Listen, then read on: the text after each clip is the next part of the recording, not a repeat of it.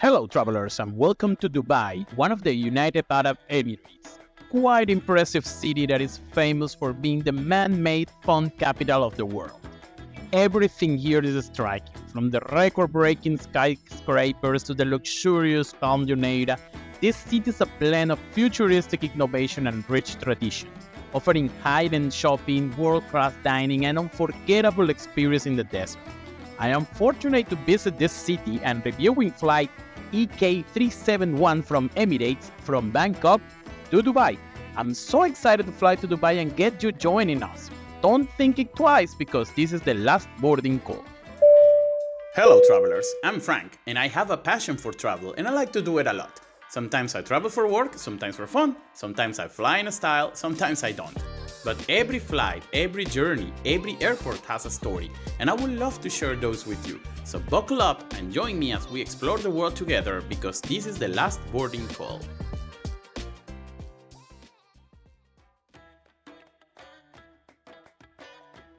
Our flight to Bangkok today, it's a red-eye flight departing at 3:15 a.m. We left the Sukhumvit district in Bangkok to the airport around 11:30 p.m. in a transport that I booked via booking.com for $25. I was anticipating an hour drive knowing the crazy traffic in Bangkok, but the driver told us that surprisingly this drive will be shorter than expected, and it was so. We arrived at Suvarnabhumi Airport 5 minutes past midnight, allowing us a good 3 hours previous to our departure time.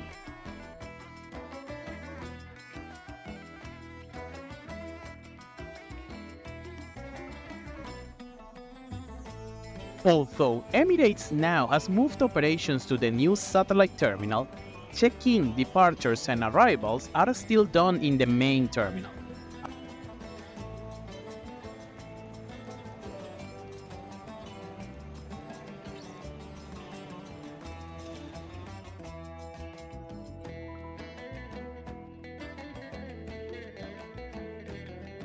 I was going to try the automated check-in kiosk, but it didn't want to read my passport. So, since we have plenty of time, I will choose to go to the normal check-in with a manned agent.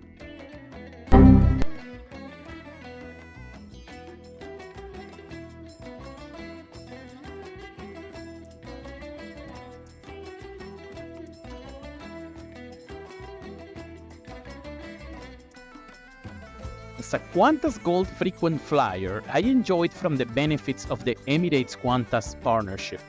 This entitles me to Emirates Skyward Gold status when flying Emirates. That is, will receive 2 pieces of baggage and an invitation to the Emirates lounge wherever I fly. That is here in Bangkok. The Emirates lounge has been recently moved to the satellite terminal to be closer to the boarding gate. So after check-in, we head straight to immigration and security checkpoint and go straight to the Emirates lounge for the rest of our waiting time here in Bangkok.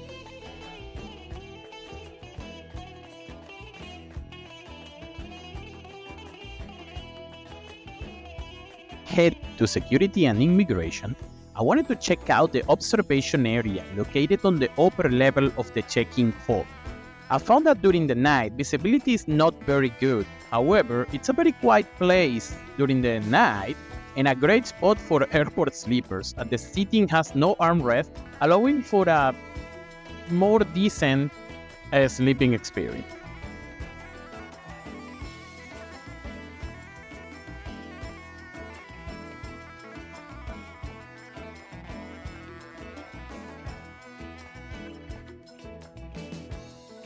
Now we did head to immigration control, which this time was using automated gates for our passports, and then to security check.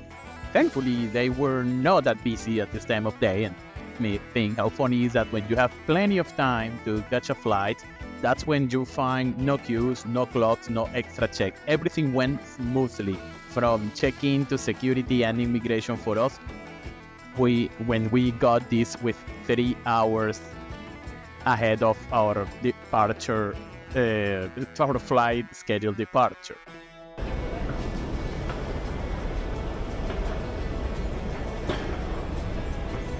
Having clear security, we head to the automated people mover that will take us to the satellite terminal to redeem our invitation to the Emirates lounge while we wait for our flight.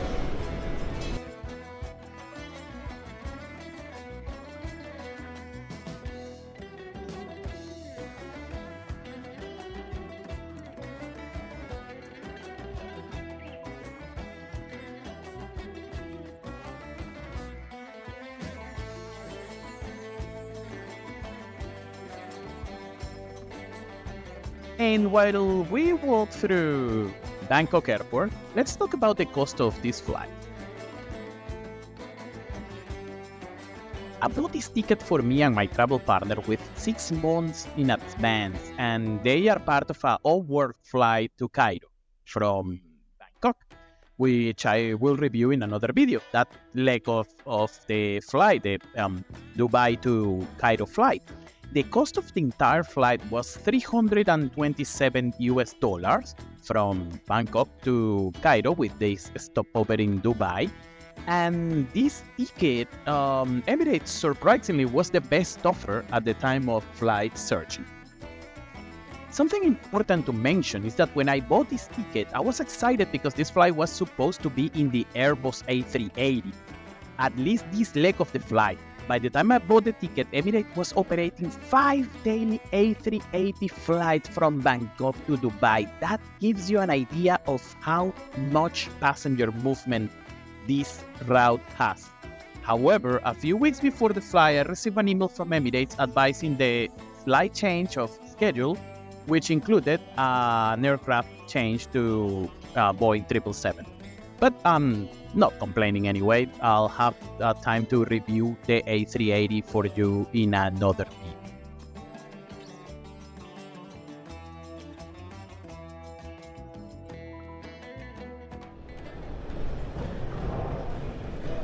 Hello.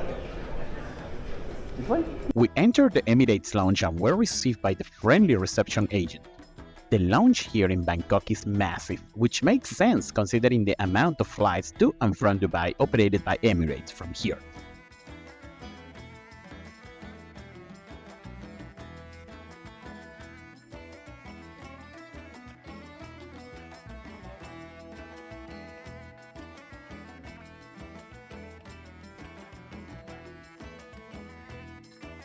But luckily for us, these two massive were already called for boarding and left the lounge not that busy. There was plenty of place to sit and I headed straight to the food bar. In classical Emirates lounge fashion, there was a wide selection of food and beverage to choose. My fix was a delicious lamb roasted cutlet with a lasagna that was just taken out of the kitchen and a side of satay chicken kebabs and rice. And yes, it was delicious. Luckily for us, that A380 wasn't our ride to Dubai today. Our 777 was on the other side of the terminal, but nonetheless, that was my view while I enjoyed my dinner. At 2:12 a.m., we were called for boarding, and I had another quick look of the terminal while we walked our gate. Once in gate S116B, we boarded using Group B, which was already called for boarding. We used the automated boarding pass check-in lines with no issues and walked the air bridge to our 777. Now while we wait here in the jet bridge, let's talk about our ride to Dubai for tonight. I couldn't record the external side of our plane for today, mostly because of the lounge being at the opposite side of the gate, but I will describe it nonetheless. Our ride to Dubai tonight is this 11 years old Boeing 777-300ER. This marvelous bird came out from Boeing factory at Everett, Washington in 2014 with Emirati registration to join the Emirates fleet. The 777 is the backbone of the world's long-haul travel and one of the most reliable planes in operation nowadays. In the last few days, this particular one has been serving punctually to a set of medium-haul destinations from and to Dubai, such as Cochin and Chennai in India, Male in the Maldives, and Riyadh, Saudi Arabia. Today, this plane is part of the 5 daily flights from Bangkok to Dubai, and it arrived on time and ready to depart soon.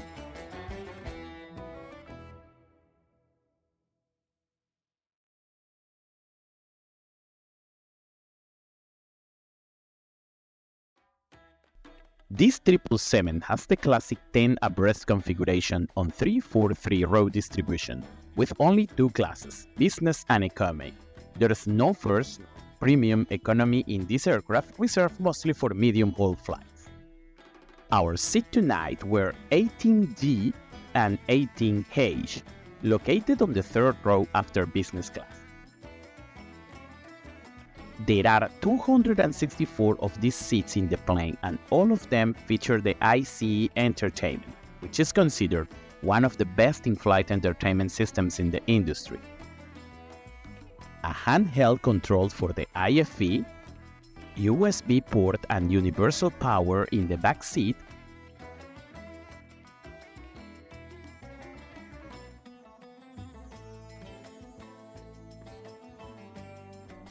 a bifold table with cup holders in both stages,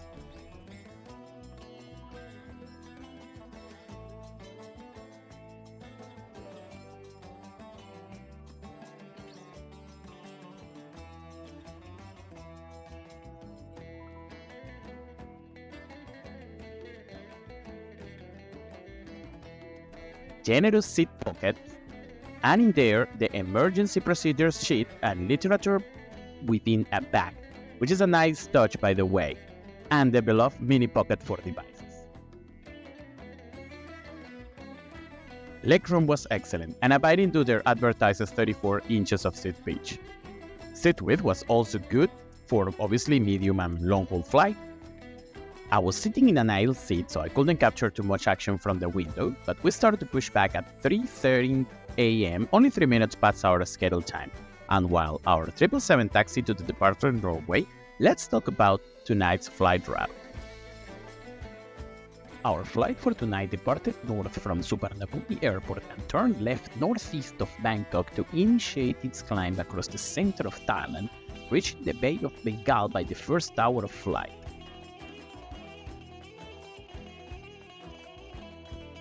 By the third hour of mid-flight, we started overflying the Indian subcontinent for 2 more hours, reaching Mumbai by the 5th hour mark. The last hour and a half of flight were flown over the vast Arabian Sea, and, closer to the 6th hour mark, we were flying north of Muscat, Oman, prior to initiate our descent in the United Arab Emirates airspace. In approach Dubai from the east for a westbound landing at Dubai International Airport. And I beg you excuse me for the shaky video recorded from the plane camera while we listen to the sound of the mighty GE90 pulling up while we take off from runway 01 at Suvarnabhumi Airport.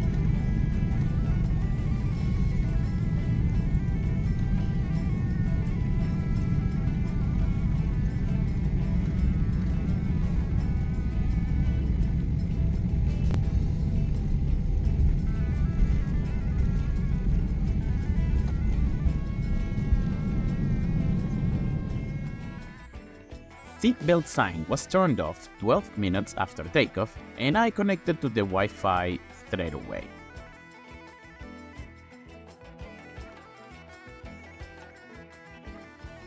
Connecting to the Wi-Fi in this flight was super easy. You just need to connect to the Emirates Wi-Fi after a flight reaches cruising altitude.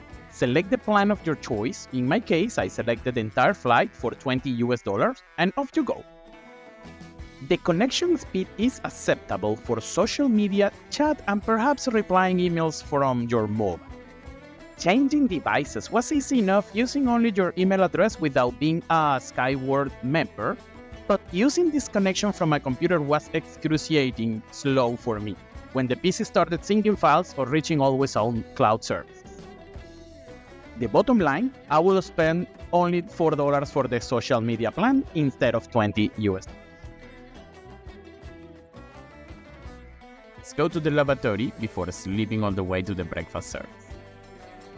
I used the middle section lavatory on the right side of the plane, and it was acceptably clean. No sticky floor, not smelly, options of hand body lotion and perfume, sanitary towels, power outlets, and multiple coat hanging points throughout. On the sanitary side of things, there was no protruding trash from the bins, but I couldn't see any diaper or nappy change table for babies. Overall, this particular economy class toilet was in a very good shape at this early stage of the flight.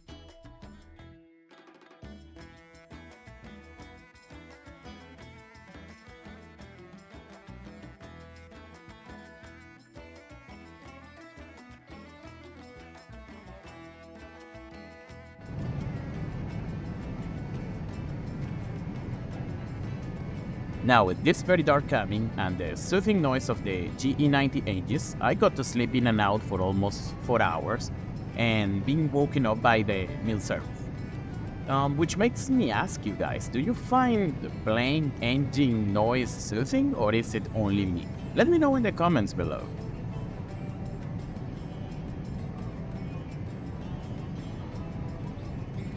The meal service for tonight's flight came at the 4th hour of the flight, and the options were number 1, scrambled eggs with spinach and mushroom, and the option 2 was a French toast with jelly. The shared sides of both options were a small fruit plate, yogurt, biscuit with strawberry jam and butter. Emirates uses real cutlery for their flights, and the drink options were juice, soft drinks, coffee, and tea. The meal service was removed promptly, almost 30 minutes after service, and just like that, we were initiating our descent into Dubai.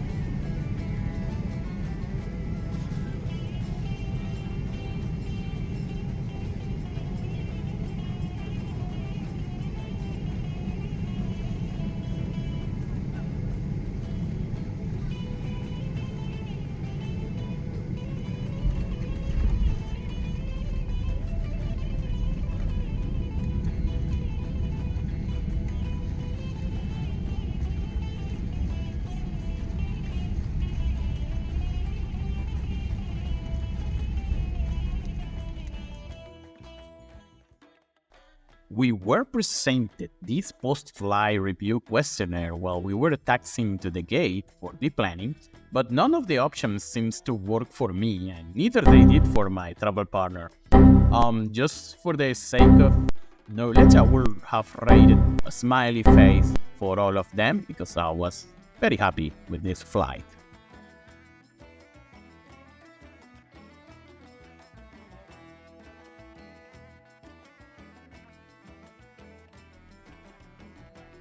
Arrival into Dubai International Airport was uneventful. As normal here in Dubai, upon exiting the aircraft, almost everyone heads towards the crowded connection area. Being Dubai, known as a mega connector airport. But luckily for us, this time we are exiting the airport, which is considerably less crowded.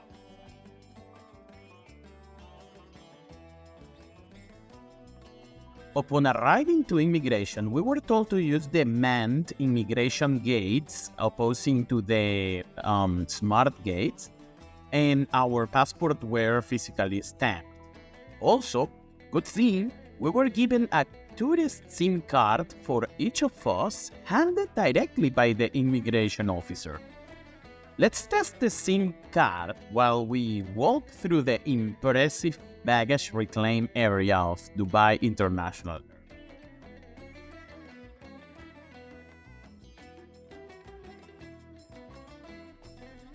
It is really appreciated that on arrival in Dubai, the very same immigration officer handed each of us a tourist SIM card.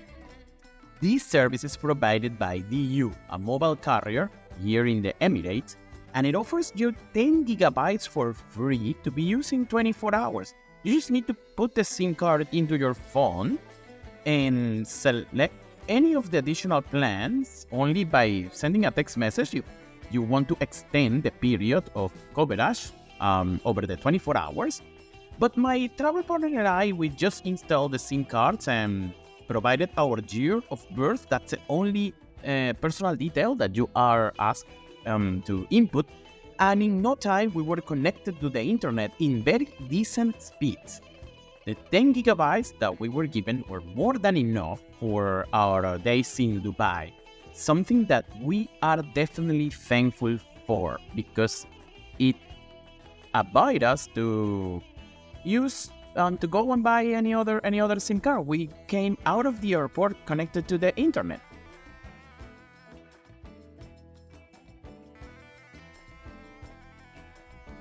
And now we are in the public arrivals area of the airport as we passed the greeter hall, and we were planning to use the Dubai Metro to the city. We are in Terminal 3, which is served by the Metro, as well as Terminal 1. And the Metro gets you to the city in 20 minutes for a cost of 5 Emirati dinars.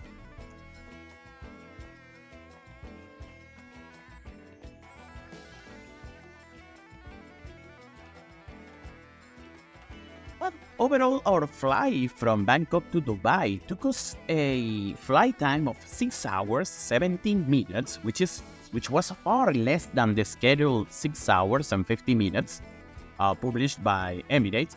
We arrived 3 hours earlier to Bangkok, and all the checks were done in less than an hour. Arriving in Dubai was also smooth. Took us only 39 minutes from touchdown to airport exit for a total airport time of 10 hours and 10 minutes. For an scheduled 7 hours flight, that's pretty good, right?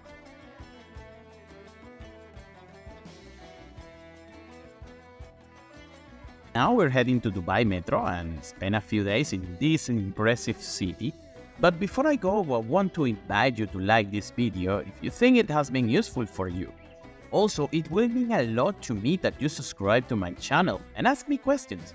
Was this useful for you? Is there any route, any airline, any airport or destination you want me to review? Or if you just want to say hello, please use the comments below. I really appreciate the support. I am not being paid or sponsored to issue these reviews whatsoever.